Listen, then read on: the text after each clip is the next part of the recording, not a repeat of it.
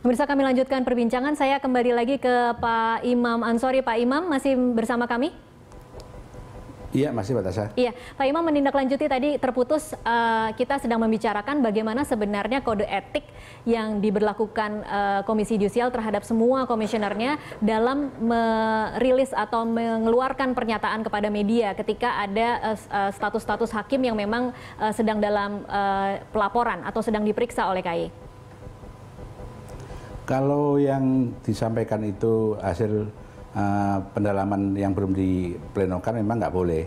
Tapi ini kan waktu itu Pak Taufik mengomentari setelah ada keputusan dari ini, tapi bukan menyangkut pemeriksaan kepada Pak Sarpen itu menyangkut soal putusan. Tapi kan yang Pak Ketua itu dia menyampaikan yang sudah terjadi, yang diputus. Ada 6 yang sudah diputus dan dinyatakan tidak terbukti, itu nggak ada masalah, itu nggak ada larangan. Ya nggak boleh kalau belum diputus kemudian dijelaskan isinya seperti apa, itu dia nggak boleh dalam kode etik begitu, Mbak. Pak Imam, jadi saya klarifikasi lagi, tidak ada pernyataan dari Pak Suparman maupun Pak Taufikur Rahman mengomentari tentang laporan masyarakat yang masuk tentang Hakim Sarpen. Laporan yang masuk tentang hakim? Iya, tentang Sarpen. Ini kan kalau Anda menjelaskan tentang putusan Sarpen terhadap pra-peradilan BG. Tetapi adakah komentar dari dua orang ini tentang Hakim Sarpen sebelum pra-peradilan BG? Karena itu yang dilaporkan Pak Imam. Ada, itu iya ada yang disampaikan oleh Pak Suparman Marzuki itu bukan isinya putusan, tapi dia menyampaikan bahwa memang ada putusan yang sudah disampaikan untuk laporan dari masyarakat tentang Pak Sarpen, tetapi itu semua tidak terbukti yang 6 itu. Tinggal 1 yang belum terbukti, yang belum masih didalami. Itu bukan isinya, tapi tentang kuantitasnya nggak ada masalah. Yang nggak boleh kan kita mengungkapkan laporannya seperti apa, itu nggak boleh gitu, Pak. Jadi kalau menurut Anda sebenarnya tidak ada yang salah dari pernyataan mereka berdua ya, Pak Imam? Nggak apa-apa kalau soal jumlah, soal proses prosedur nggak apa-apa. Yang penting tidak menyampaikan isi dari hasil penelitian kita, hasil inti laporannya nggak boleh sampai ke masyarakat sebelum diputus oleh pleno. Jadi yang 6 itu sudah diputus pleno, jadi boleh disampaikan ininya, tapi belum sampai intinya kan justru bagus.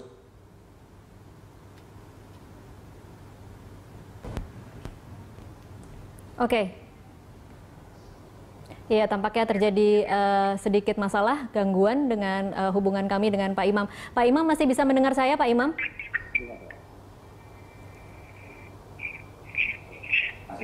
Iya, Pak Imam, tadi Anda mengatakan ada kekhawatiran terhadap masa depan Komisi Yudisial pasca penetapan tersangka ini. Apa sebenarnya yang Anda khawatirkan tentang kewenangan KAI untuk kemudian mengawasi, kemudian membuka evaluasi kinerja hakim yang buruk, dan termasuk memberikan sanksi terhadap hakim? Bukan soal memberikan sanksinya, bukan soal pengawasannya, justru yang menjadi kekhawatiran kalau tiba-tiba kita nggak tahu, kemudian dilaporkan, kemudian jadi tersangka. Padahal itu bagian dari proses pemeriksaan kami, artinya kalau pencemaran bisa diartikan sangat luas sekali. Ini yang kita khawatirkan. Jadi ketika kita wajib memberikan informasi pada masyarakat, ternyata itu tidak dikehendaki oleh yang dilaporkan. Jadi ini jadi nggak jelas batasannya. Karena itu ini saya juga tidak menyalahkan polisi, tetapi ke depan perlu ditata batas-batas mana yang tidak boleh dan boleh itu tidak ada. Nah, sementara kita sudah berhati-hati sekali menyampaikan fakta-fakta yang tidak menyangkut isi laporan, tetapi menyampaikan prosesnya, prosedurnya itu sebenarnya nggak ada masalah.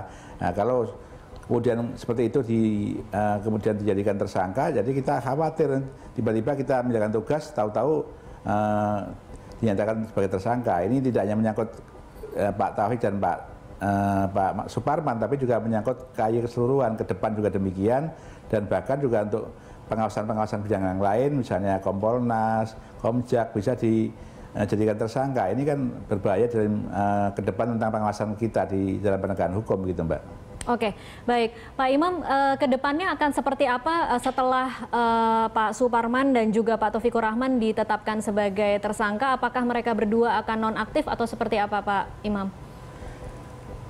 Di kami tidak ada aturannya ya, kecuali kalau dia melakukan tindakan yang sifatnya menyangkut moral, misalnya beliau berdua itu salah satunya melakukan korupsi atau melakukan tindak pidana yang tercela, yang sifatnya misalnya perselingkuhan sebagainya, itu otomatis ada aturannya. Tapi kalau tersangka yang ini kan belum jelas betul. Kami masih menunggu nanti setelah Pak Taufik dan Pak Suparman diperiksa untuk pertama kalinya, dia tahu muatannya seperti apa. Itu baru langkah-langkah berikutnya kita pikirkan. Tapi sejauh ini memang tidak ada aturan seorang tersangka di KY kemudian dinonaktifan. Ini beda dengan di KPK. KPK memang di aturan undang-undangnya begitu.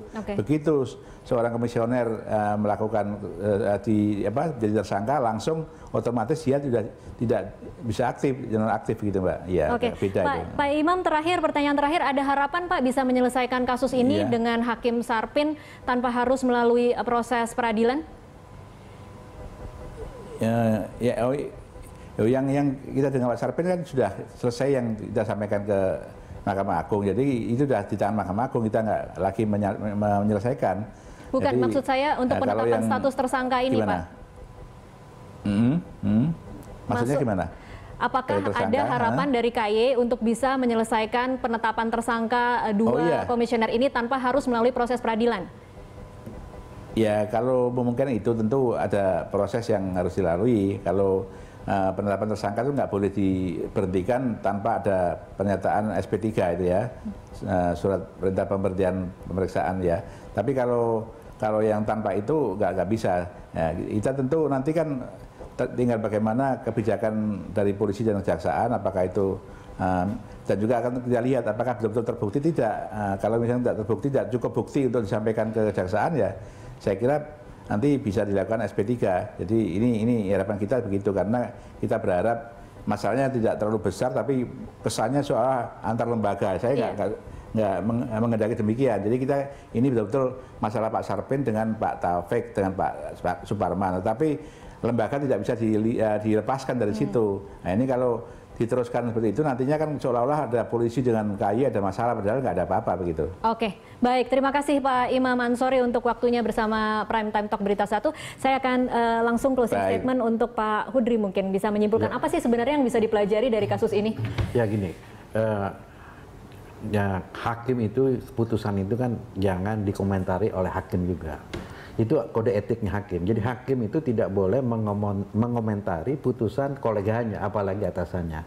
Nah, KY ini kan bagian dari sistem peradilan. Nah, karena kenapa? Kalau misalnya ada kolega yang mengomentari, dikhawatirkan itu akan mengganggu nanti objektivitas. Ini kan karena prosesnya kan belum berakhir, masih berjalan kan, misalnya ada Pak Hudri. Jadi apakah pesannya kemudian KY lebih baik jangan berbicara apa-apalah? Ya, lebih baik misalnya jangan mengomentari putusannya hakim ke depan gitu. Itu saya kira lebih wise gitu loh, ya kan? Itu jadi hati-hati jangan sampai mengomentari putusan. Kalau misalnya ada tindakan misalnya hakimnya melakukan pelanggaran etik, ya silakan aja gitu loh. Nah, jadi saya kira poinnya juga tadi bahwa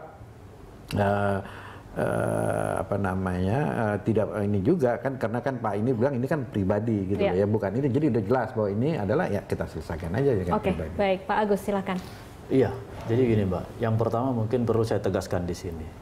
Tidak ada kaitannya penanganan kasus oleh Mabes Polri saat ini dengan pelapor kuasa hukumnya Pak Sarpin, Pak Sarpin sebagai korban di situ terhadap komisioner KY dengan kasus yang pernah ditangani Pak Sarpin pada saat Pak Budi Gunawan ditetapkan sebagai tersangka oleh KPK. Jadi tidak ada kaitannya. Memang kebetulan saja Pak Sarpin pada saat melakukan proses penanganan kasus pra-peradilan ini pada saat itu, inilah yang berdampak pada pernyataan-pernyataan ini. Tapi penanganan kasus ini tidak ada kaitannya dengan beliau. Itu yang perlu saya tegaskan. Jadi saya berharap komentar-komentar itu disesuaikan dengan fakta yang ada. Kemudian yang kedua, kami persilahkan masyarakat melihat penanganan kasus oleh Polri. Tidak hanya kasus ini, semua kasus. Kita siap untuk menerima masukan, menerima kritikan, dan bahkan bila perlu nanti kita sama-sama akan sampaikan kepada publik tentang perkembangan setiap kasus yang sedang kita tangani. Oke, baik. Terima kasih Pak Agus, Pak Hudri untuk waktunya bersama Prime Time Talk.